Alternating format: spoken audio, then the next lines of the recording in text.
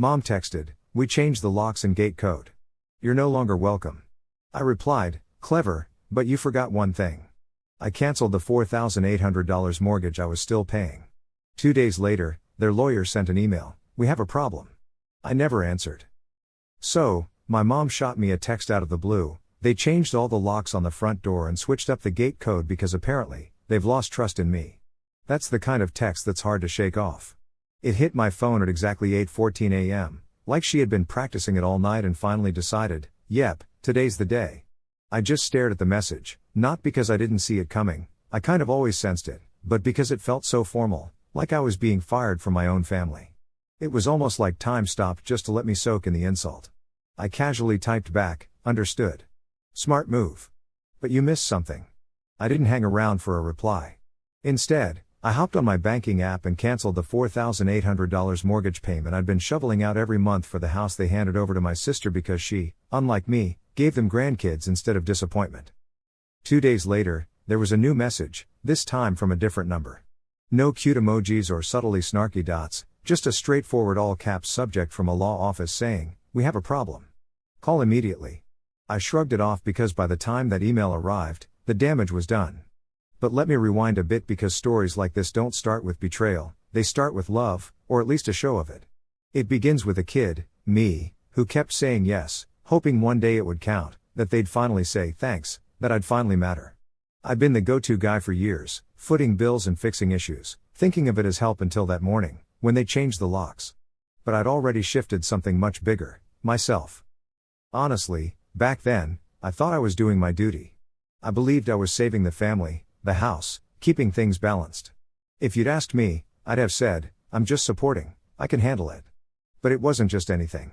I'd been paying their mortgage for almost 4 years, a neat $1,800 coming out like clockwork, like a sacred family tax. Add to that the utilities, home insurance, internet, and even an emergency repair when the roof was trashed in a storm, my name, my credit, my money. Not a single, thank you. My sister Lindsay always had some new drama, her credit card maxed out? I'd pay it down. Her car needed brakes? I'd cover it. Daycare was too pricey? I'd send cash, just until she got back on her feet. But 3 years later, she was still figuring it out, and I never once said no because that's what family does, right? Until I realized that's exactly what they were banking on. The first crack in my patience showed up on a random Sunday. I was scrolling Facebook while waiting for my groceries and bam, there's a photo, Lindsay, my parents, the kids, all standing in front of their house, beaming with a home sweet home sign, a gift from Lindsay, according to my mom's caption. So proud of our daughter for building a future we can all share. This home is in the right hands. I had to reread it. Lindsay's house? The right hands? There was no mention of me, no tag, no photo credit.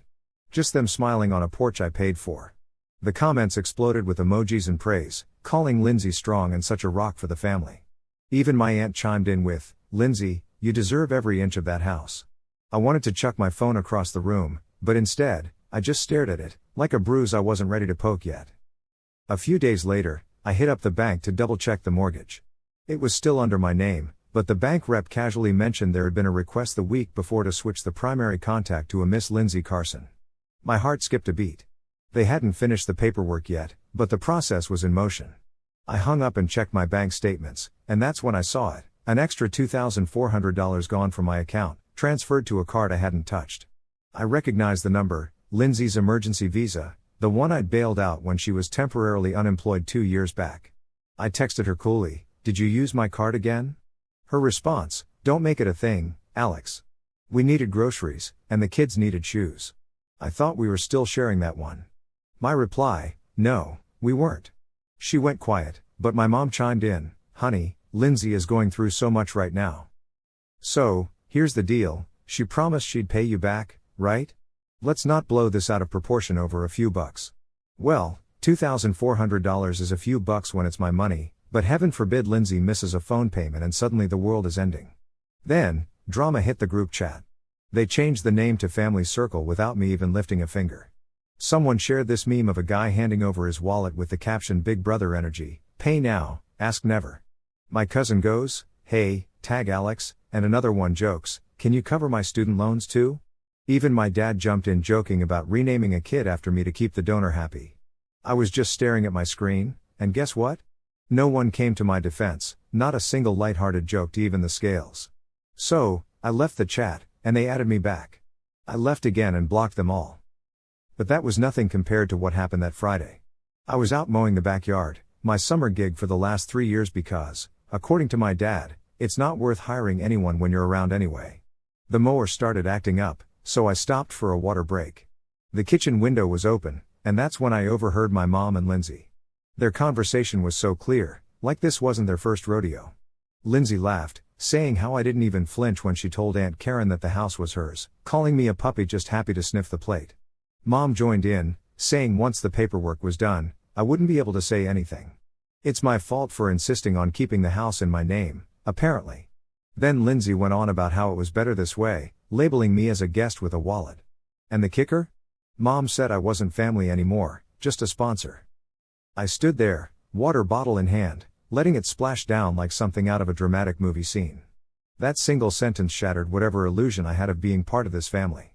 They didn't know I heard, and they didn't see me walking away, but that moment changed everything. It wasn't anger or sadness, it was determination. They didn't see it coming. I got an invite in this fancy white envelope with gold trim, asking me to celebrate Elizabeth Carson's 60th birthday. No signature, just A from your family. They were throwing a huge bash, 60 guests, full-on catering, a whole slideshow, the works. I didn't RSVP or call, just circled the date on my calendar and got ready. A few days before the party, I printed out a document showing $211,723.84, my total financial contributions to the house, including mortgage, utilities, you name it, complete with bank transaction details. I saved everything on a USB stick, even the audio from that open window chat about me being just a sponsor, group chat screenshots calling me a wallet, and proof of my sister trying to transfer the house into her name. If she wanted the house, she could have the debt too. I texted my grandpa that morning, though I didn't expect a reply. Didn't need one. The venue was exactly as I pictured, white tables, balloons, a projector looping family pics. Waiters in ties, everyone dressed up. My mom was in this stunning emerald gown, of course, in front of a sign claiming, "A house is not a home without family." Yeah, right. I almost laughed. I showed up 10 minutes late on purpose. Heads turned when I walked in, some people smiled, others looked like they'd seen a ghost. Lindsay saw me, tried to play it cool, but spun back to the crowd. I just grabbed a seat at the back, silent as a shadow. They launched into their speeches. Lindsay talked about sacrifice, love, real family, the usual. The screen flashed a photo of the house with some sappy caption about legacy, conveniently leaving me out. Then my mom took the mic, all teary-eyed, praising Lindsay for understanding what legacy means and keeping the home in the right hands. Cue the applause and smiles. Then I stood up, slow and steady, made my way to the microphone. I wasn't planning on speaking tonight, I started, surprisingly calm, but since we're discussing legacy, let's crunch some numbers. The projector flicked to life and played that audio, Mom's voice, clear as day, saying I was just a sponsor. Lindsay's bit about me being like a puppy sniffing a plate hit, and you could hear gasps. Phew, one lady even dropped her wine glass. I clicked again, and the group chat screenshot flashed up there, with the infamous tag Alex line. It was showtime. So, here's what went down. I showed up to this family thing with a printout of all these charges, like, 211 pages worth, and I was like, "Lindsay, this isn't a favor, it's a debt." She freaked out, "Are you serious?" And I was all, dead serious, unless you want to call it theft. My mom jumped in, saying it was a gift, and I was like, "Funny, I didn't sign a gift certificate, just every check." Then my dad tried to step up, but I was ready. I confronted him about a loan he took out using my name without telling me. He backed down. Just when things were heating up, my grandpa walked in. He called out my dad for raising a thief and a coward, saying he tried to bury me in silence. But surprises on them, Grandpa had already changed the trust, taking Lindsay's name off. It was a shocker. My mom was stunned, and Lindsay practically collapsed. Grandpa gave them a reality check, like, "You want a legacy? Earn it." He dropped the mic and left. I just dropped the invoice on the table with all the family photos and boxed wine, declaring, "You changed the locks on me, I changed my future. I'm not your donor, I'm your debt collector." Then I bailed, didn't stick around for cake or chit-chat. The party, and their lies, were over. The next morning, my phone was blowing up with messages. Mom was mad, saying I embarrassed her, while Dad said I wouldn't get a cent. Lindsay went silent and dramatic on Instagram. People were showing her sympathy, not knowing she used to call me her wallet in private. A couple of days later, I got a call from this lawyer, Daniel Moore, saying he represented my parents and wanted to settle things quietly. I told him, full repayment, every cent, or I take this public. They had 72 hours. Exactly 72 hours later, I got the money, $211,723.84. It didn't come from my family but from some mysterious business account, maybe a friend of my dad's. Made it even sweeter. I recorded it all, but didn't send a thank you note. I wasn't about peace, I was about getting paid. A week later, I posted a video explaining everything, making it clear, closure for me was that wire transfer. The video went viral, and even inspired some to take action in their own lives. Soon after, my dad left me a voicemail, asking if I thought money fixed everything. But here's the thing, sometimes, justice has a price, and I got mine. So, yeah, I guess they thought they won or something. But whatever, I'm not in the family picture anymore. I didn't even bother listening to the rest of their message. They changed the locks, so I switched things up too. Now I'm chilling in this small, sleek apartment with these massive windows, and it's like pure silence. There's no more family group chat pinging me, no late night help me out real quick requests, and for sure no more guilt trips disguised as caring. People often ask if cutting ties hurts. Honestly, it doesn't. The thing is, I'm not done with them, I'm free. And freedom? Well, it cost me exactly $211,723.84. Everyone's curious, asking if I feel lighter, if breaking away from my family gave me peace or closure or any of those buzzwords. Here's the deal, I don't necessarily feel lighter, but I definitely feel clearer. Sometimes peace isn't about feeling weightless, it's more about feeling grounded, like you're finally standing up for yourself. As expected, they vanished, no calls, no letters, nothing. But the silence isn't painful, it's more like a confirmation. I wasn't really a son to them, I was just there to serve a purpose. When I stopped serving, I stopped mattering. 2 months out, and I've learned to love mornings. Just enjoying the sunlight streaming through clean windows, the calming sound of coffee brewing, no texts buzzing, no group chats demanding favors, no can you send money? Requests, and definitely no passive-aggressive reminders like, guess who hasn't called their mom lately? My phone stays quiet, my hands don't shake anymore, and I'm not waiting for anyone to genuinely ask how I'm doing, unless they really care.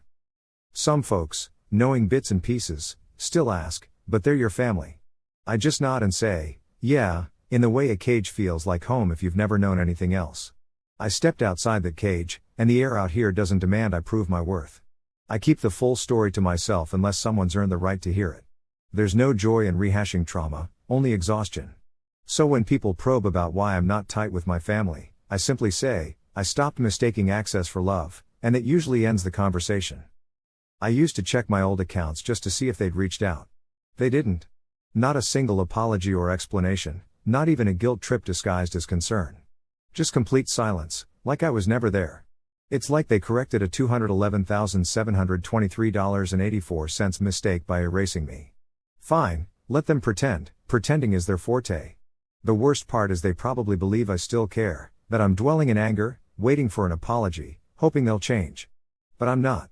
I've seen the truth, and once the mask slips that far, you just walk away. No looking back, no hoping for a change. Forgiveness? That's a word they toss around when they feel guilty and want something for nothing. But forgiveness needs acknowledgement, responsibility, regret, none of which they offered, so I offer nothing in return. My therapist once asked what I'd say if they were right in front of me. I thought long and hard, imagining their familiar faces built from years of denial and manipulation. And I realized I'd say nothing. Saying something implies they still have a way in, and they don't. No emergency contact, no shared bank accounts, everything is deleted. I didn't erase them out of spite but out of necessity. Survival is like that, quiet, without any big show, just locked doors and fresh starts. Sometimes I wonder if they tell others I cut them off over money or that I was always distant. Sure, let them spin their tales where they're the victims of an ungrateful child. They need their fairy tales, I know the facts. Facts just sit there, they wait, they endure, like I did. Now, I'm living my life, not in some revenge plot, but in reality. I work, I rest, I laugh when it's funny, I eat when I'm hungry, not when I'm guilted into a family dinner I end up paying for and then being forgotten. I still remember my mom saying years ago, if you ever left, we'd fall apart. And she was right, they did. But I didn't. I'm not broken, not bitter, not waiting around. I'm just done. Not as a warning or a statement, just as a fact. Like a locked phone, an empty inbox, or a number that rings once and goes nowhere. No forwarding, no returns, just me, whole and free.